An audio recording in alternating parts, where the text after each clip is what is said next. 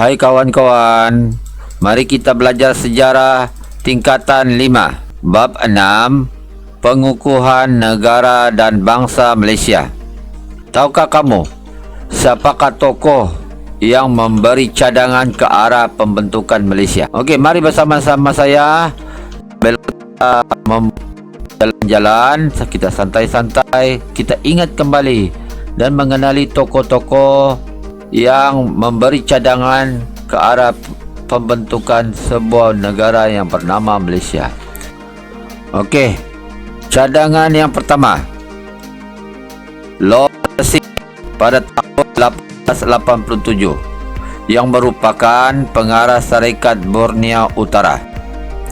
Cadangan kedua, Sir Malcolm McDonald pada tahun 1948 yang merupakan seorang gubernur di Asia Tenggara.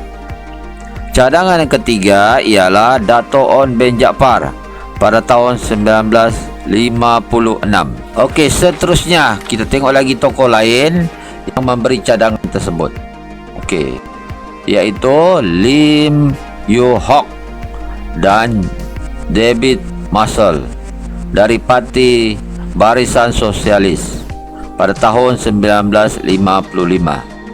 Okey, yang seterusnya Lee Kuan Yew yang merupakan ketua kepada parti PAP, iaitu dia kemukakan cadangan tersebut pada tahun 1959. Setelah meneliti cadangan tersebut, akhirnya Tunku Abdul Rahman dalam membuat satu keputusan, iaitu pada 27 Mei 1961 beliau telah menerima cadangan tersebut dan seterusnya mengumumkan perkara ini dalam satu majlis makan tengah hari anjuran Persatuan Wartawan Luar Negeri. Di mana? Di Hotel Adelphi, Singapura. Okey, pastikan kamu terus bersama saya kerana saya akan terangkan faktor-faktor pembentukan Malaysia. Ada 3 faktor. Faktor yang pertama, faktor politik. Faktor yang kedua, faktor ekonomi. Yang ketiga adalah faktor sosial. Mari kita mulakan satu demi satu supaya kamu faham. Okey, yang pertama, faktor politik. Dalam faktor politik ini kita akan mengenali, saya akan ceritakan kamu 4 perkara penting. Yang pertama, kebimbangan Lee Kuan Yew.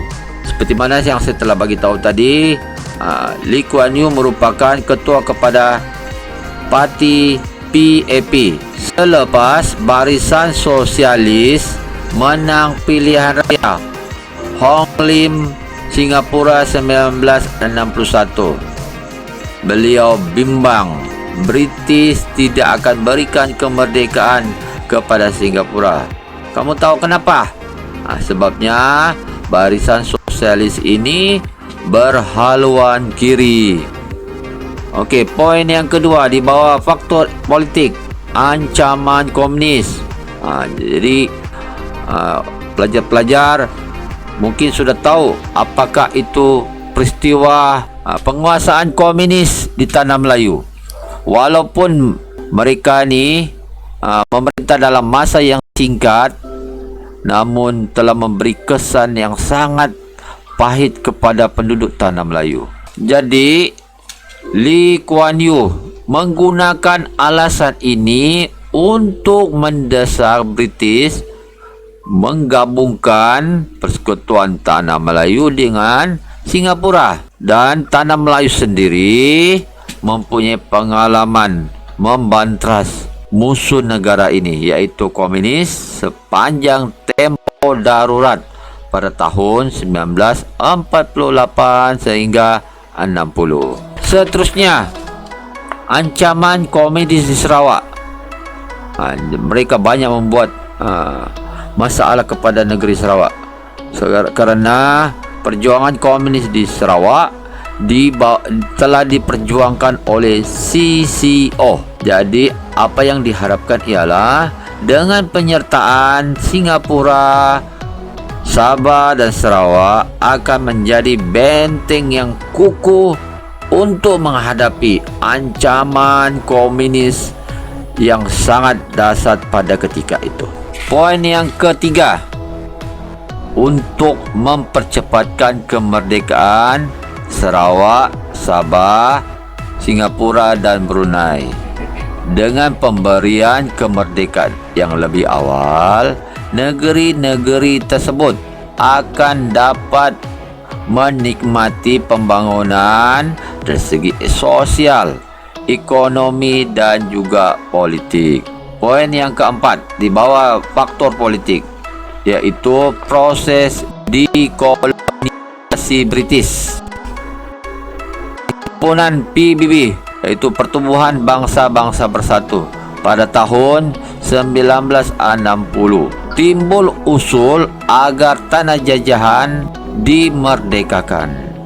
Jadi menempatilah keadaan ini, yaitu supaya British memberi kemerdekaan kepada negeri-negeri seperti mana yang saya sebutkan tadi. Seterusnya kita pergi faktor yang kedua, yaitu faktor ekonomi. Penubuhan Malaysia akan menyediakan pasaran yang luas, khususnya bidang pelaburan dan juga pertanian. Kerjasama serantau adalah sangat diharapkan kerana ini akan memberi manfaat yang sangat istimewa.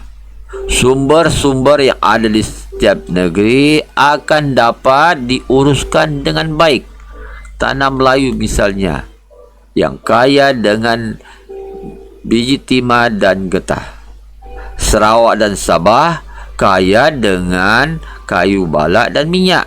Begitulah juga negara jiran kita Brunei pada ketika itu yang kaya dengan minyak. Sumber-sumber alam ini sekiranya dapat diuruskan dengan baik akan memacu ekonomi negeri-negeri tersebut. Seterusnya faktor yang terakhir, faktor sosial, adalah diharapkan dengan pembentukan gagasan Malaysia akan mengimbangi jumlah dan kadar pertumbuhan kaum di kalangan negeri dengan kemasukan Sarawak, Sabah dan Brunei ke dalam gabungan ini. Pembentukan Malaysia nanti akan memperlihatkan kesepakatan dan semangat setia kawan antara Persekutuan Tanah Melayu, Sarawak, Sabah dan Singapura dalam memajukan negeri masing-masing. Okey kawan-kawan, kamu faham ke apa yang saya sudah bagi tahu tadi? Jadi di bahagian ini, di bahagian yang terakhir adalah saya sangat mengharapkan kamu sudah dapat apa yang saya telah terangkan tadi. Dan jangan lupa siapkan tugasan yang guru-guru anda telah berikan. Satu lagi, kalau anda mahu channel ini bantu anda untuk mengingati fakta-fakta dan peristiwa-peristiwa sejarah, jangan lupa like, share dan subscribe. Bye-bye. Okey, faktor yang terakhir iaitu faktor sosialis. Faktor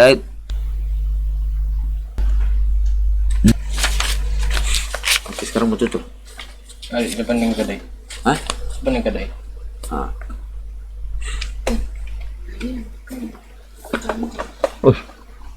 Okey, sudah. Satu lagi pesanan saya, kalau anda mahu lagi oh ya, by the way, ini PC saya Khairil subscribe. PC saya tadi. Sudah bang? Sobrang